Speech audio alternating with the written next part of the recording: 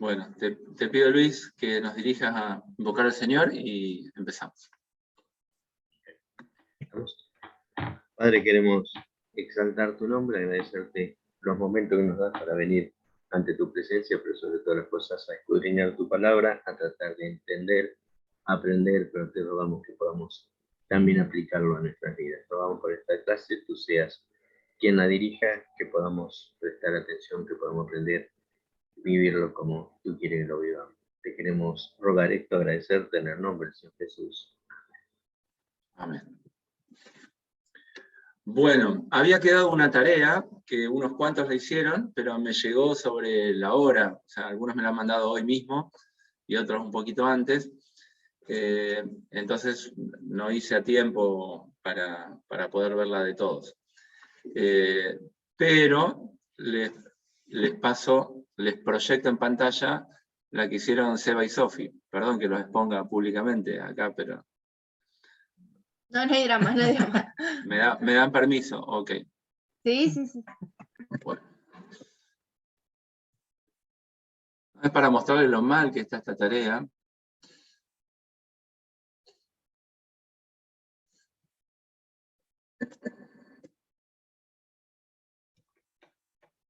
Bueno, a ver, ahí se ve.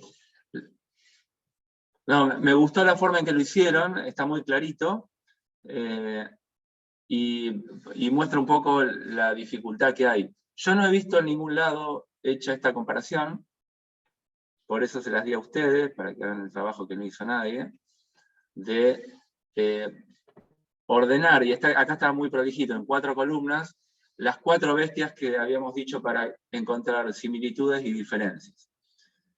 Una era la bestia de Daniel capítulo 7, que la consideramos la clase pasada. Otra es la de Apocalipsis capítulo 12, que es el dragón, que la escritura dice que es Satanás, ahí mismo en ese capítulo. Otra de Apocalipsis 13, ahí hubo una falta de claridad de parte mía cuando di la tarea, que, bueno, Seba y Sofi me preguntaron, porque hay 2 bestias en el capítulo 13, una es la que yo quería que comparen, que es la que se parece a al dragón y a la bestia de Daniel capítulo 7, y la otra, bueno, uno es esto, la que se llama inicialmente la bestia, y la otra es la segunda bestia, u otra bestia que tenía forma de cordero y hablaba como dragón. La idea era comparar la primera, que tiene más similitudes, y después la bestia de Apocalipsis 17, sobre la que está montada la mujer, la gran ramera, y que tiene también, creo que es la que tiene más parecidos con la del capítulo 13 de Apocalipsis. Bueno, se nota bien en esta comparación. Bueno, entonces, no voy a invertir tiempo acá porque se nos iría mucho, pero fíjense que está muy bien la comparación. Hay un detalle acá, creo que es el único, que tiene, bueno, las 4 alas que tenía era la tercera bestia, no la cuarta. Salvo que tengan otra versión distinta a la mía, pero en general las 4 alas están asociadas a la tercera bestia, no a la cuarta. Y lo mismo pasa en el leopardo, acá. Semejante a un leopardo, esta era para la tercera bestia y no para la cuarta. En Daniel capítulo 7, ¿no? Bueno, pero ¿cuál es el objetivo de todo esto? Que vean lo complicado que es identificar uno a uno estas cosas. Yo entiendo que la bestia de Apocalipsis 17, sobre la que monta la mujer, es la misma bestia del capítulo 13 de Apocalipsis. Fíjense que tiene casi todas similitudes, y que tenga parecidos con el dragón, es que el dragón le ha dado su autoridad, ¿no? Está montada sobre, o esta bestia tiene esa similitud con el dragón porque el dragón le ha dado su poder y su autoridad a esta bestia. Entonces por eso tiene esas características también del dragón del capítulo 12. Y un detalle interesante, que La bestia de Daniel capítulo 7 es la cuarta, que es distinta de las otras tres, pero en el capítulo 13 de Daniel tenemos que, acá me falta lo del oso, a ver dónde estaba. Estaba acá. Tiene pies como de oso, era semejante a un leopardo, que está acá abajo, está puesta como similitud, pero estaría en diferencias porque esta es una característica de la tercera. Tenía una boca de león, que era como la primera bestia de Daniel capítulo 7, y después sí se parece, los detalles son similares a las de Daniel capítulo 7. Entonces es como que en esta bestia de Daniel capítulo, que en Daniel capítulo 7 están separadas como 4 imperios, que se suceden en el tiempo, en el capítulo 13 de Apocalipsis están todas juntas, o tienen las características de todas las bestias que Daniel menciona en el capítulo 7, ¿no? Es como una unidad de muchas confederaciones de naciones, o muchos reinos, que van a tener posiblemente un gobierno mundial. Bien. Bueno, simplemente eso, muy bueno el trabajo, muy bueno el esquema en cómo lo armaron, porque gráficamente resuelve un montón de cosas es muy fácil de comparar. Así que, bueno, buenísimo el trabajo de Seba y Sofi. Bien, lo dejamos acá entonces y vamos con lo que quedó pendiente de la clase pasada. Denme un segundito.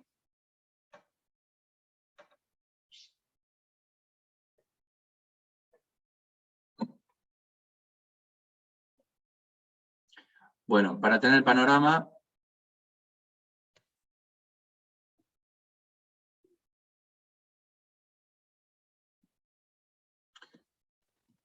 entonces, de todas las clases, teníamos, bueno, como el tema general, sin duda es el ascenso y descenso de los reinos humanos, en contraposición a que finalmente va a ser establecido el reino de Dios.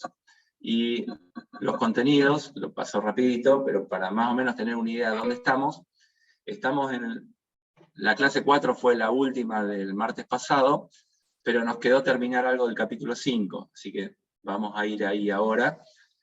Después vamos a ir a detalles proféticos de los capítulos 8 y 9, que nos va a llevar mucho tiempo, posiblemente ocupemos en tiempo de lo que sería la segunda mitad de la clase de hoy, que sería la clase 6, y por ahí le dediquemos menos tiempo a la clase 6 para que el tiempo nos alcance. Bueno, está entrando un montón de gente, buenísimo. Bien. Entonces vamos...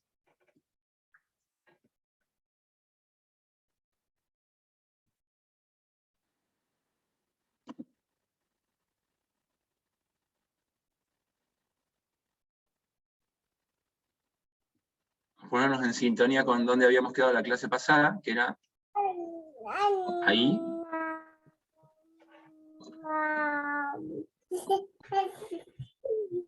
Uy, se me está entrando un audio de alguien,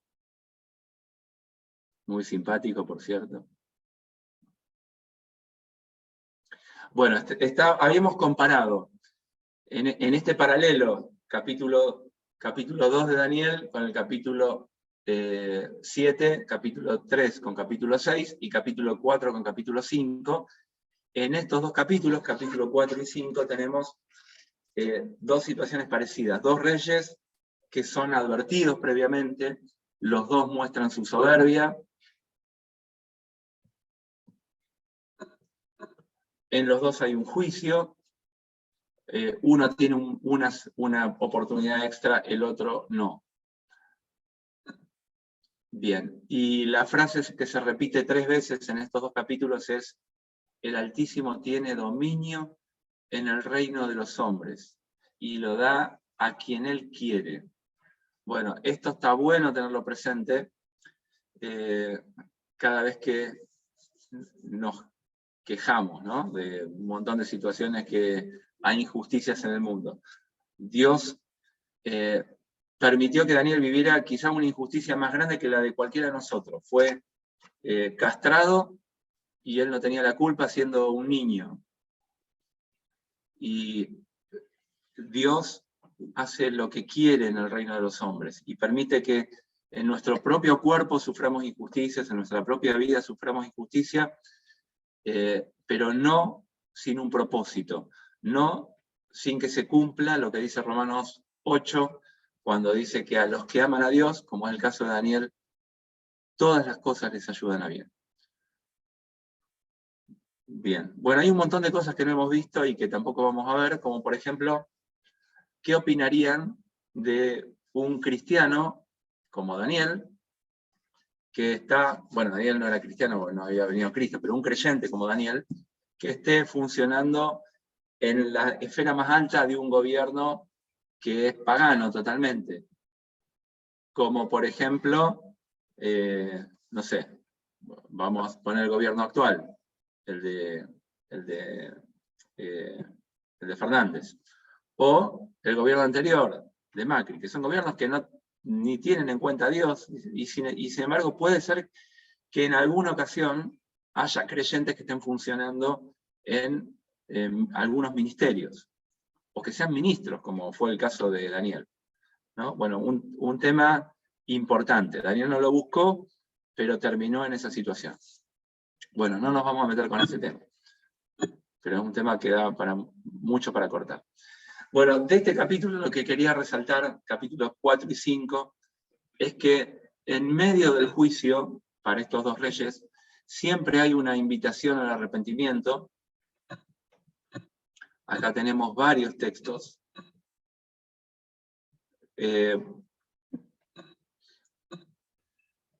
Voy a parar ahí. Vamos a leer, no todos, dos textos o tres. Ezequiel capítulo 18. ¿Quién lo lee, por favor? Versículo 32.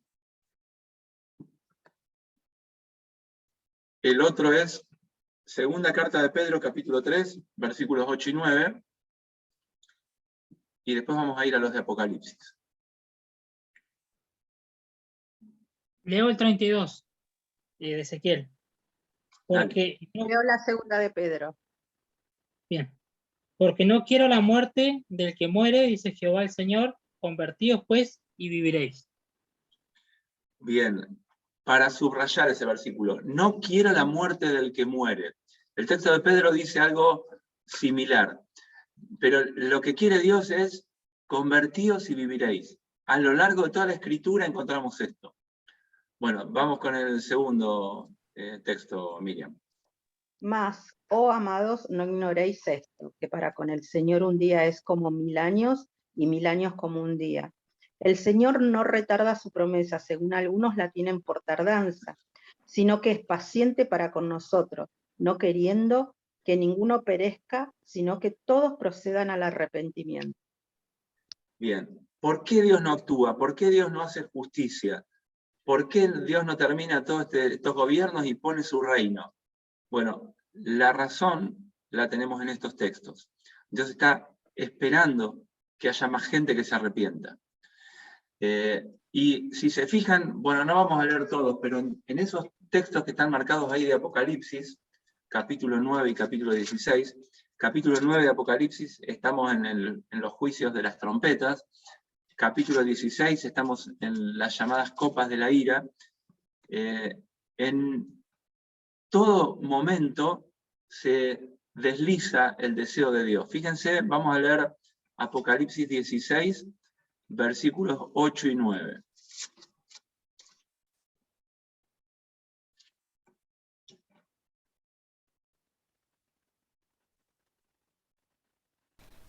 Dice, También, el a cuarto voluntad. ángel... ¿Lo leo? Dale, dale. Sí, por favor.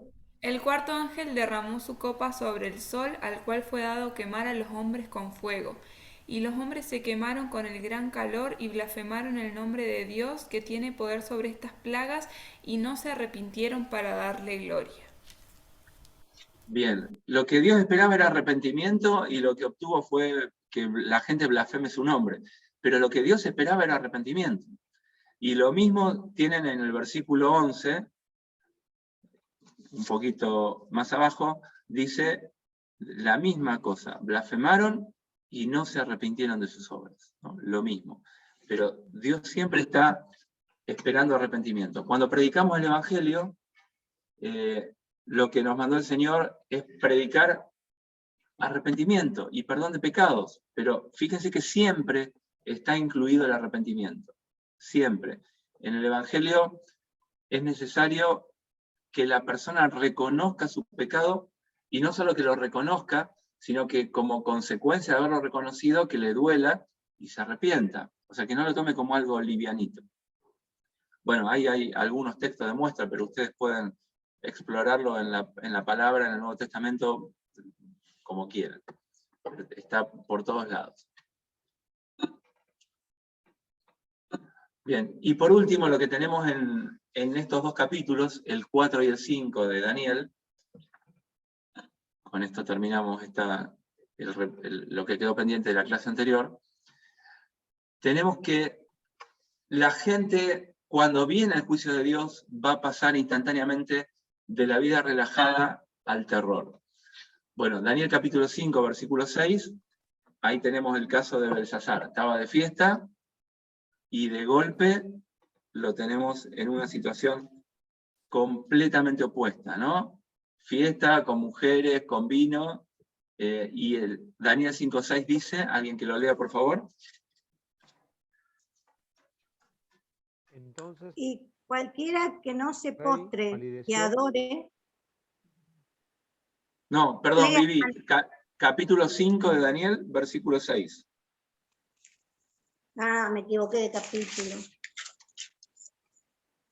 Y entonces el rey palideció y sus pensamientos lo turbaron, y se debilitaron sus lomos y sus rodillas daban la una contra la otra. Bien, como en los dibujitos animados, ¿no? Le Sí. golpeaban las rodillas, ¿no? Se debilitó tanto que se le aflojaban y empezaban a temblequear. No sé si les ha pasado eso alguna vez, en algún momento de su vida. A mí me pasó 2 veces en mi vida, de esa sensación. Y las dos fueron situaciones que bueno, la segunda por tránsito, la primera porque casi me ahogo cuando era chiquitito, y después de esa situación que uno pensó que se moría, sale, se libera y empiezan bueno, los pies se aflojan, uno se pone pálido. Bueno, esta descripción que está acá. Me resbalé de una escalera. Ay, no, mi amor. Me bajé. ¿Cómo? Ay, no. Perdón, los estamos escuchando, Seba y Sofi, no sé si están participando del... No, la verdad que no lo escuché con superpuesto, no sé si es culpa del partido o qué. Bueno, desactivo el audio. No, Fer, estamos hablando de una situación que me pasó a mí también, que me temblaban las piernas. Ah, perdón. No los escuché y se pisó con lo que yo estaba diciendo, bien. Y como no les veo Bien, las bien, caras... perdón. Ahí cierro el micrófono. No, pero si estaban hablando para todos, está bueno compartir. Bueno, cuando parece que va todo bien y de golpe se desata un juicio, la gente pasa de la vida relajada al terror. Bueno, acá hay algunos ejemplos que después los pueden ver. Yo también, porque soy consciente de que no va a alcanzar el tiempo para terminar, los voy salteando. Pero, por ejemplo, a veces la palabra de Dios, cuando es predicada, y predicada inspirada por el Espíritu Santo, y golpea a la persona que está oyendo, produce, por ejemplo, lo que dice Hechos 24-25. Ahí está predicando Pablo. Y, bueno, alguien que lea lo que pasó ahí.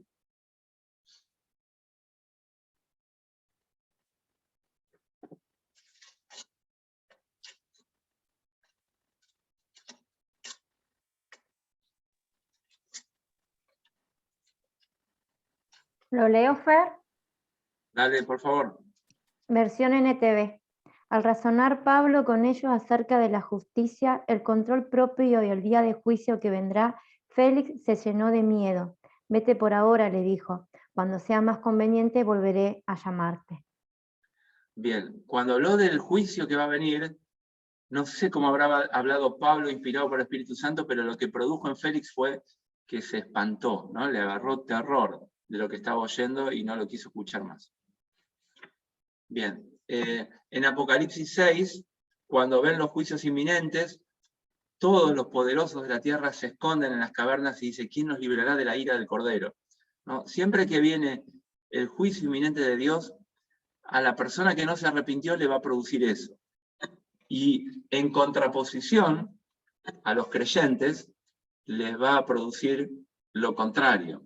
Cuando vemos que viene Dios a la tierra, cuando que vemos que Dios viene a instalar su reino, sabemos que estamos liberados del juicio, sabemos que no hay condenación, sabemos que tenemos vida eterna, y estos dos textos son muy lindos, los podemos leer, porque con esto terminamos esta sección. Isaías 35 es un texto que se cita después en Hebreos. ¿Quién lo lee, por favor? Versículos 3 y 4. Fortalecer las manos cansadas, afirmar las rodillas endebles, decir a los de corazón apocado, esforzados, no temáis, he aquí que vendrá y os salvará.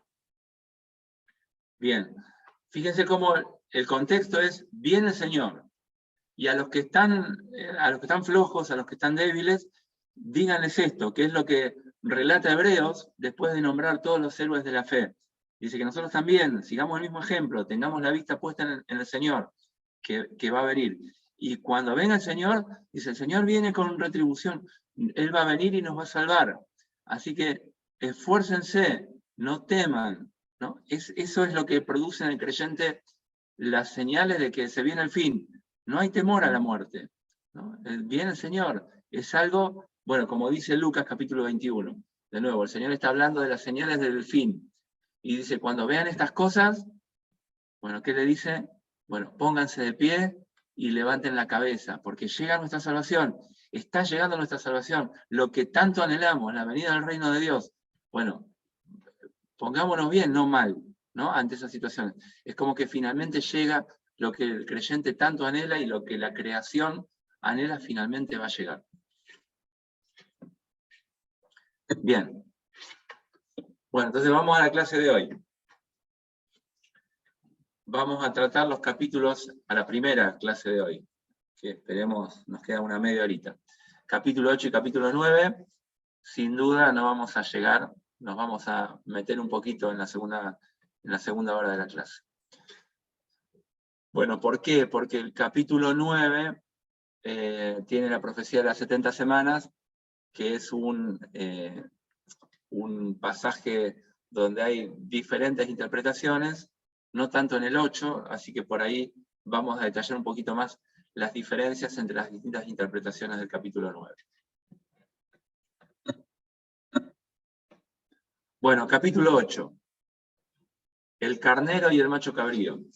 No sé si alguien recuerda el capítulo 8 de Daniel, y lo quiero resumir, cortito.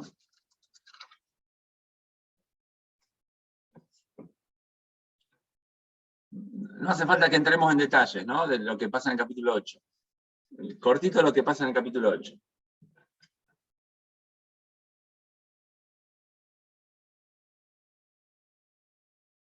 ¿Alguien se anima? Esa no me la acuerdo. Bien, pero sí sabemos que hay dos bestias. El carnero y el macho cabrío. Y el carnero es el que domina, pero viene un macho cabrío que viene, dice el texto, casi sin tocar tierra, ¿no? Como volando prácticamente, de lo rápido que viene, y derriba al carnero. Ese macho cabrío, el chivo, dicho en lenguaje neuquino, tiene un cuerno prominente, que ahora vamos a interpretarlo, pero lo dice la Escritura, sin duda está hablando de Alejandro Magno. Nadie tiene duda sobre eso. Y después salen de ahí otros 4 cuernos, y que ahora los vamos a comentar qué significa eso en la historia. pero algo ya hemos visto.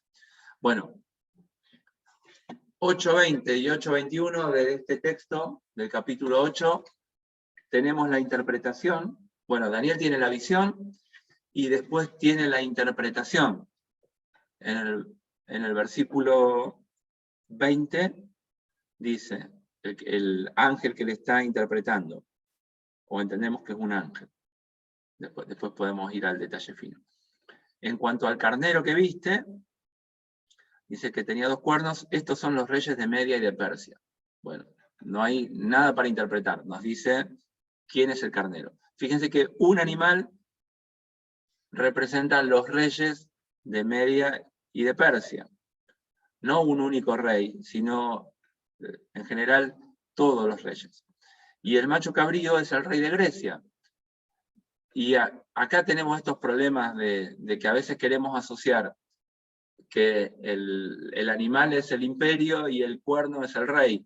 Pero acá dice que el macho cabrío es el rey de Grecia y el cuerno primero es el rey, perdón, el cuerno grande es el rey primero.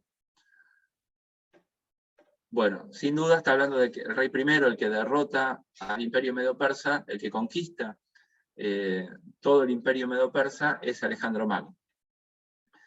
Así que el cuerno este grande, de hecho además se llama Magno, quiere decir grande, Alejandro el Grande está representado por el cuerno grande acá.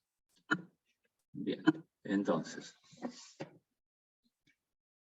vamos a leer acerca de la extensión de este imperio, del imperio que está representado por el primer animal. Dice, este macho cabrío se engrandeció sobremanera, pero estando en su mayor fuerza, el 9. Bueno, ahí está mal este detalle. Perdón, me equivoqué en la cita. Bueno, el versículo 4 sería el que habría que poner. El carnero hería con los cuernos al poniente. Ahí lo tengo que corregir. Corrijan en la cita Daniel 8.9, es Daniel 8.4. El carnero hería con los cuernos al poniente, al norte, al sur. Ninguna bestia podía pararse delante de él, ni había quien escapase de su poder, y hacía conforme a su voluntad y se engrandecía. El imperio persa se extendió muchísimo más que el imperio anterior, que fue el imperio caldeo. Y podemos leer Esther 1.1. Esther vivió en la época del imperio persa, y ahí nos habla de la extensión de este imperio. ¿Quién lee ese versículo? Esther 1.1. Aconteció en los días de Asuero, el Asuero que reinó desde la India hasta Etiopía, sobre 127 provincias. Bien, ahí tenemos en el mapa lo que era la extensión del imperio persa, en su máximo apogeo. ¿Se ve mi cursor o no se ve? Sí, bueno, desde la India, que está por acá, hasta Etiopía, que bueno, actualmente la tenemos acá, pero en ese momento llegaba hasta los límites acá del imperio persa. Fíjense que el tamaño es casi mayor que toda Europa, o por lo menos de Europa occidental, y buena parte de Europa oriental. Bueno, ahora ya no hay más Europa occidental y Europa oriental. Ya el muro cayó hace mucho. Uno se sigue con la idea vieja en la cabeza. Bueno, todo eso es la extensión del imperio persa, y Alejandro va a conquistar eso casi de un solo golpe. En muy poquito tiempo conquista lo que era todo el imperio persa. Bueno, Alejandro Magno vivió en ese periodo del 356 al 323. Si hacen la cuenta ahí, les da que vivió nada más que 33 años. 33 años, pensemos en la edad que tenemos cada uno de nosotros. A los 33 años muere y ya había conquistado todo el mundo conocido. En la batalla de la que está ahí, Gaugamela, derrota a Darío III, el rey persa, con una relación de fuerzas realmente admirable, de pocas, con aproximadamente 45.000 tenía Alejandro, contra 300.000 que tenía el imperio persa. Una relación de, no sé, 6 veces el ejército era 6 veces más grande, el ejército persa, que el ejército de Alejandro. Y es una batalla que todavía se estudia militarmente, cómo hizo, con qué ingenio derrotó con 45.000 hombres un ejército de 300.000.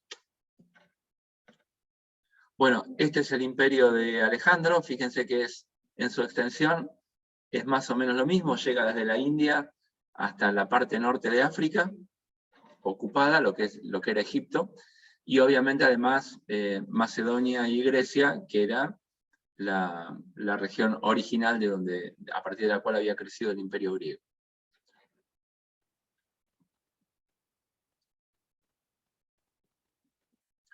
Bueno, como era típico de estos imperios, muchos fueron asesinados. Bueno, todos los familiares de Alejandro, familiares y herederos de Alejandro fueron asesinados después de que muere, y el imperio se divide en 4, que son sus 4 generales. Fíjense que Daniel 8:22 habla en cuanto al cuerno que fue quebrado y sucedieron 4 en su lugar, significa que 4 reinos se levantarán de esa nación, aunque no con la fuerza de él. Bueno, es tal la precisión de esta profecía en Daniel capítulo 8, que, bueno, lo que hablábamos al principio del estudio del libro de Daniel, que muchos eruditos creen, bueno, no se puede haber escrito en la época de Daniel, se tiene que haber escrito después de que el imperio griego ocupó al imperio persa, porque es mucha precisión. Bueno, así es la profecía bíblica, y lo describe con suma precisión lo que pasó antes de que las cosas ocurran. Bueno, ahí tenemos las 4 regiones en las que se dividió el imperio griego, en sus 4 generales, que sus nombres eran Casandro, Lisímaco, Ptolomeo y Seleuco. Y en particular, dos de estas partes, la parte de los que descienden de Seleuco, que se llaman los Seleucidas, y los que descienden de Ptolomeo, que se llaman los Ptolomeos, bueno, en particular que fueron las 2 más grandes y que están vinculadas con la tierra de Israel, esas 2 regiones, bueno, ahí está Israel, tuvieron luchas a lo largo de la historia y se disputaron lo que es el territorio de Israel. Bueno, ustedes lo van a ver en el capítulo 11 como el rey del norte y del rey del sur, siempre desde la perspectiva de la tierra de Israel, ¿no? Al norte los Seleucidas, al sur los Ptolomeos, que son, bueno, de nuevo, 2 desmembramientos de los 4 en los que se partió el imperio griego, el imperio de Alejandro. Bueno, y en particular de este reino del norte, de los Seleucidas, va a surgir un personaje que fue bastante nefasto para los judíos, que fue Antíoco Epífanes. Bueno, ahora vamos a ir en detalle con él, porque mucho de lo que se dice en el capítulo 8 y en el capítulo 11 son cosas que pasaron históricamente de manera literal con Antíoco Epífanes, que es un tipo de lo que va a ser el anticristo. Bueno, ahora vamos a ir a algunos detalles, pero quiero que veamos que bueno, se cumplió todo esto que está profetizado acá en el capítulo 8 en Antíoco Epífanes, pero uno podría preguntarse, ¿eso es todo o está prefigurando algo más? Y como siempre, ¿se acuerdan lo que habíamos visto en los profetas?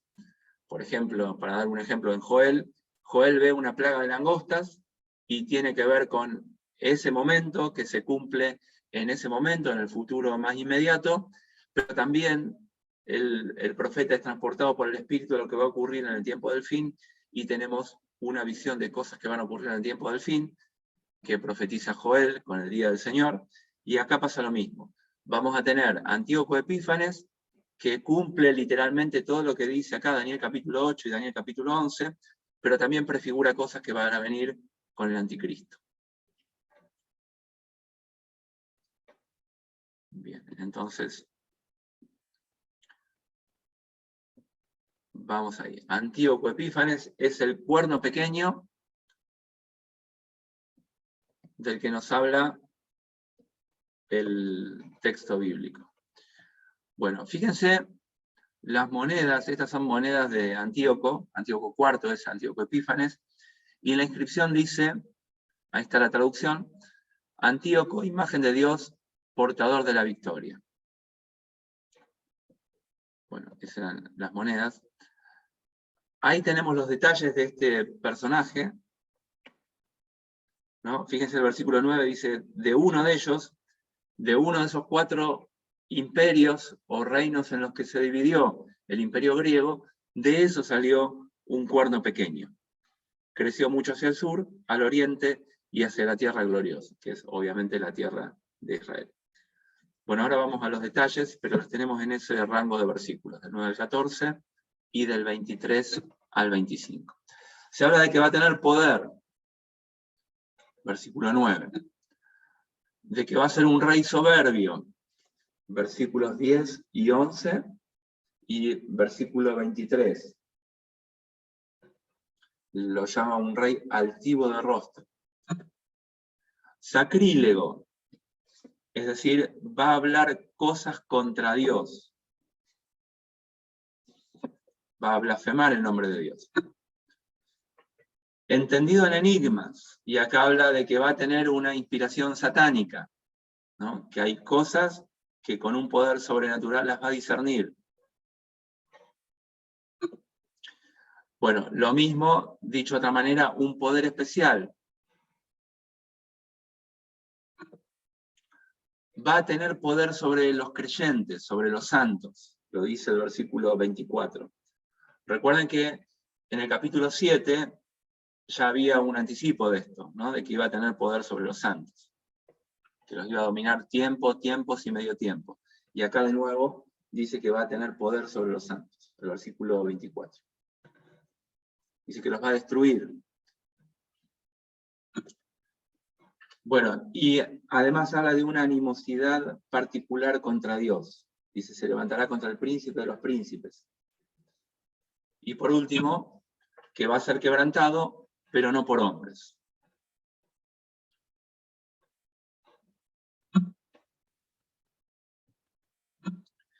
Bueno, yo les voy a leer el texto, algunos textos que están en el primer libro de los Macabeos.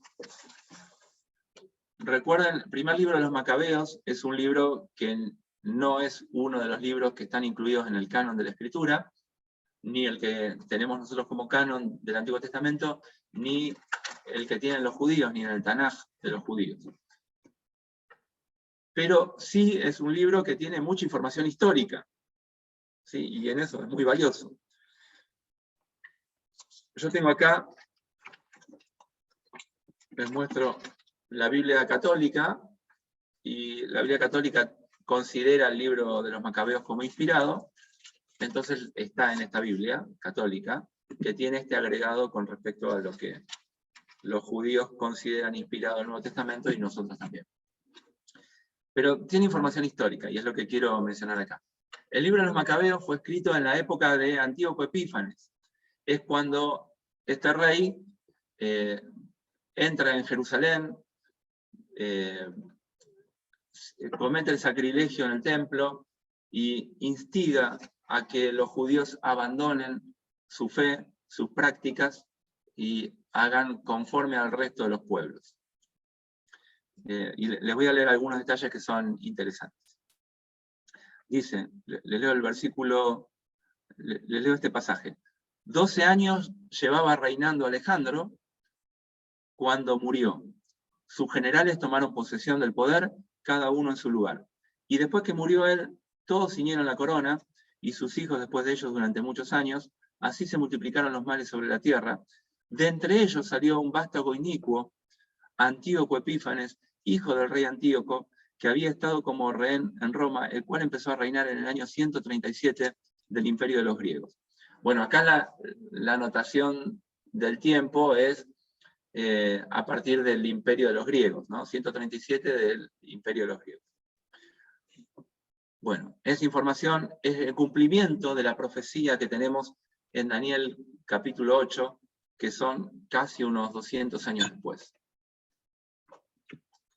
Bueno, lo que quiero que vean acá, esto después les queda, por ahí voy a ir un poco rápido porque si no, seguro no me va a alcanzar el tiempo, es cómo esto que estaba profetizado Daniel se cumple históricamente con Antíoco Epífanes, pero también guarda similitud con lo que la Escritura revela del Anticristo en el futuro, o la bestia de Apocalipsis 13. Bueno, que va a tener poder. Y bueno, después por ahí les leo algunos detalles, los salteo. El texto de los Macabeos. Lo salteo. Pero en Apocalipsis 13:1 dice que la bestia le dio al dragón, le dio el poder a la bestia. Va a ser soberbio. Segunda Tesalonicenses 2:4 habla de esto, de que se va a exaltar sobre todo. Que va a ser sacrílego, que va a blasfemar el nombre de Dios. Fíjense, les leo estos textos. De 45 al 48, son 3 versículos del primer capítulo de Macabeos. Dice así: publicó el rey un edicto en todo su reino, el rey es Antíoco Epífanes, para que fueran todos un solo pueblo. Entonces, transportémoslo a lo que puede llegar a ser en un futuro lo que va a ser el anticristo. Todos los gentiles se acomodaron a la palabra del rey. También muchos israelitas aceptaron el culto oficial, sacrificaron a los ídolos y profanaron el día de reposo. Por medio de mensajeros, envió el rey cartas a Jerusalén y a las ciudades de Judá para que siguieran costumbres extrañas del país. Debían excluir del santuario holocaustos, sacrificios, libaciones, profanar sábados y fiestas, contaminar el santuario y los lugares santos, construir altares, recintos sagrados y santuarios idolátricos, ofrecer en sacrificio puercos y animales impuros, dejar a sus hijos sin circuncidar, mancillarse a sí mismos con toda clase de impurezas y de abominaciones, de modo que olvidaran la ley y cambiaran todas sus costumbres. Y quien no obrara conforme a este decreto del rey, debía morir. Bueno, estas son las leyes que impuso Antíoco Epífanes en este momento que conquistó Jerusalén, en esta guerra contra el rey del sur. Bueno, entendido el enigma, tenemos ahí 2 Tesalonicenses 2:9, que va a hacer prodigios y milagros, de tal manera que si fuera posible engañaría aún a los creyentes, ¿no? Va a tener un poder especial, va a tener poder sobre los creyentes. Y les leo, por ejemplo, el final del capítulo 1 del primer libro de Macabeos, de lo que hizo Antíoco Epífanes. Dice: valiéndose de su poder, procedían contra Israel, contra los que eran descubiertos, un mes tras otro en las ciudades. El 25 del mes ofrecían sacrificios en el ala que había sobre el altar de los holocaustos. A las mujeres que habían circuncidado a sus hijos, les daban muerte conforme al edicto, con sus criaturas colgadas al cuello, y ejecutaban a sus familiares y a todos aquellos que habían participado en la circuncisión.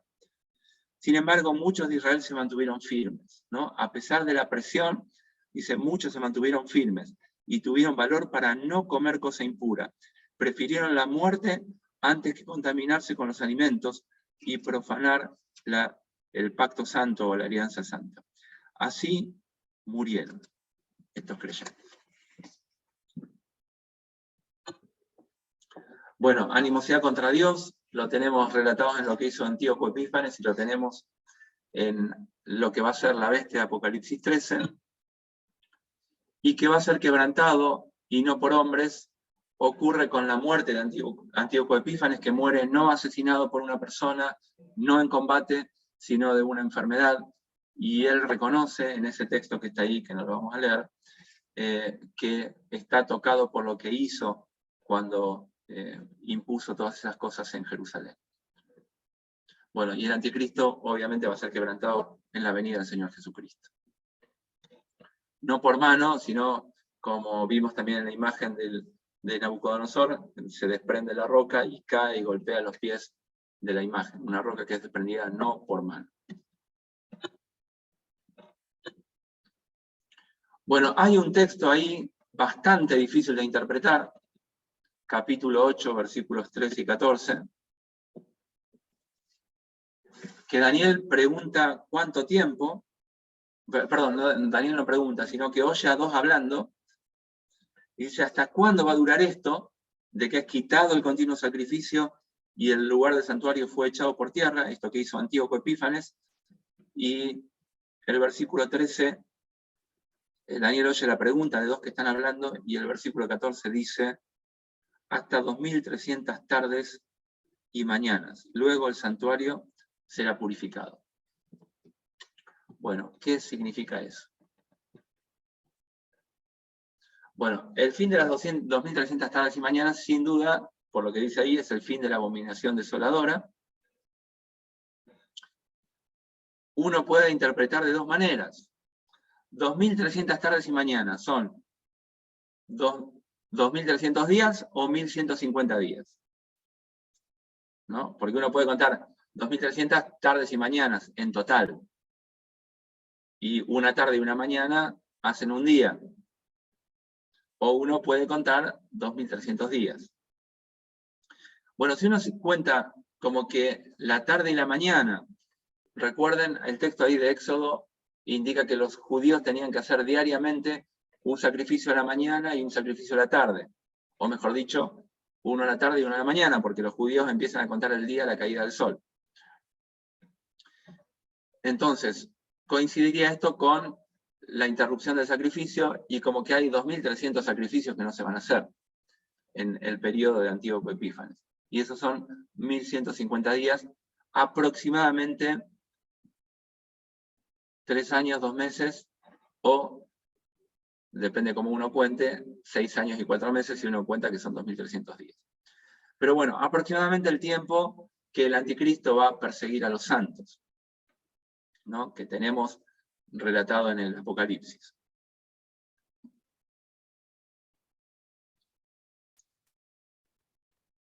Bueno, se hicieron montones de asociaciones con esto y teorías. Ahora les cuento una, que a tal punto fue catastrófica su predicción que se lo llama el gran chasco, porque fue un fracaso total la predicción. En esto, sin duda, para mí lo que está refiriendo es históricamente se cumplió con Antíoco Epífanes, y el fin de este posicionamiento de la abominación desoladora en el templo ocurrió cuando los macabeos, los descendientes, o Judas Macabeo, que eran descendientes de Matatías, un sacerdote que se rebeló contra Antíoco, son los que purifican el templo, y los judíos instalan una nueva fiesta, que es la fiesta de la dedicación. O sea, la fiesta cuando el templo fue de vuelta dedicado para el Señor. Y esa fiesta, que también se llama la fiesta de las luces, o el Hanukkah, está mencionada en el Evangelio de Juan, en capítulo 10, ¿no? Como que es una fiesta que a partir de ahí los judíos empezaron a guardar. Bueno, conmemoran la rededicación del Templo de Jerusalén. Bueno, haciendo teorías raras, uno puede, por ejemplo, llegar a esta cuenta. William Miller, estudiando las profecías, predijo, era un creyente, que lo siguió mucha gente, de un desprendimiento de él viene la rama adventista. Predijo que Jesucristo volvería entre el año 1843 y 1844.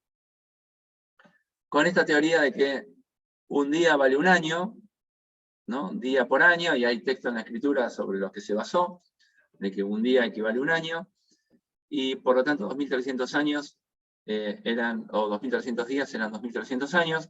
Si empezaba a contar desde el momento en que Daniel recibe la profecía, esto le daba más o menos, perdón, no Daniel la profecía, sino desde la abominación desoladora, que es del año 300 y pico antes de Cristo, o 100 y pico antes de Cristo, perdón que ya no me acuerdo las fechas, me parecen poco relevantes, lo pongo nada más a modo de ejemplo. Él calculó que en ese año debería venir Cristo. Bueno, el Señor no vino, y a partir de ahí un montón de gente lo dejó de seguir. Pero si ustedes se fijan en la escatología adventista, van a encontrar que, después busquen en internet, googleenlo, que bueno, en realidad lo que ocurrió en el año 1844 es que el Señor Jesucristo entró al lugar santísimo del templo, pasó del lugar santo al lugar santísimo, y purificó el verdadero templo, el verdadero tabernáculo que está allá en el cielo. Bueno, incomprobable, obviamente, que en 1844 el Señor pasó del lugar santo al lugar santísimo. Pero de alguna manera emparcha el fallo en la predicción anterior. Bueno, entonces lo que quiero resaltar es el peligro de ir más allá en lo que la Escritura dice. Todo sistema escatológico, uno lo lee y le parece perfecto, digo, sí, es así. Bueno, y uno puede seguir lo que interpreta una persona, y bueno, y se puede llevar un chasco como se lo llevaron estos seguidores de William Miller. La Bueno, palabra así hubiera dado un día preciso si lo hubiera querido dar. Por algo dice que no lo conoce ni el Señor Jesús el día de que va a empezar todo, que va a venir a buscarnos o demás. Eso lo sabe solamente el Padre, así que... Claro, pero uno puede toquetear los versículos, por ejemplo ese, dice el día de ahora nadie lo sabe. Ah, pero el año... Bueno, y Sí, y entonces uno se pone a dividir los años, porque está bien, el día de ahora no te lo digo, pero el año te lo voy a decir. Y hasta el mes te voy a decir. Pero el día y la hora no, eso no lo puedo saber. Y otro texto, por ejemplo, dice, bueno, no lo sabe, el día y la hora no lo sabe nadie, pero cuando los discípulos le preguntan al Señor, este es también otro texto que agarran algunos para decir que sí podemos calcular, en el principio del libro de los Hechos, los discípulos le preguntan al Señor resucitado, ¿vas a restaurar el reino de Israel en este tiempo? Y el Señor les dice, no les toca a ustedes saber los tiempos que el Padre puso en su sola potestad. O sea, dice, bueno, y uno dice, pero entonces no podemos saber. Pero dice después, pero recibiréis poder cuando venga sobre vosotros el Espíritu Santo. Como diciendo, bueno, ahora no, pero cuando venga el Espíritu Santo van a tener poder para saber cuándo va a ser la venida del Señor, o cuándo Dios va a reinstalar el reino a Israel. Bueno, de nuevo, uno puede jugar con la interpretación de los textos y hacerle decir algo que no necesariamente está diciendo. Por eso siempre es bueno respaldar una doctrina, no con un texto o con la interpretación de un texto, sino con algo que está a lo largo de toda la Escritura, ¿no? Las doctrinas fundamentales las tenemos en toda la Escritura. Bueno. Son 9:25. Si quieren, aprovechamos acá para pasar al capítulo 9 y hacemos un intervalito acá, estricto de 10 minutos, y nos reencontramos, bueno, yo tengo I27, nos reencontramos I37, ¿les parece bien? Sí, está bien. Ok. Está bueno. Bueno, así terminamos a tiempo, o no terminamos, pero no vamos a terminar a tiempo, 10:30, o 10:35, y si alguno quiere quedarse después, pues nos van a quedar cosas pendientes, nos reincorporamos después. Bueno, nos vemos en un ratito entonces. Buenísimo. Nos vemos.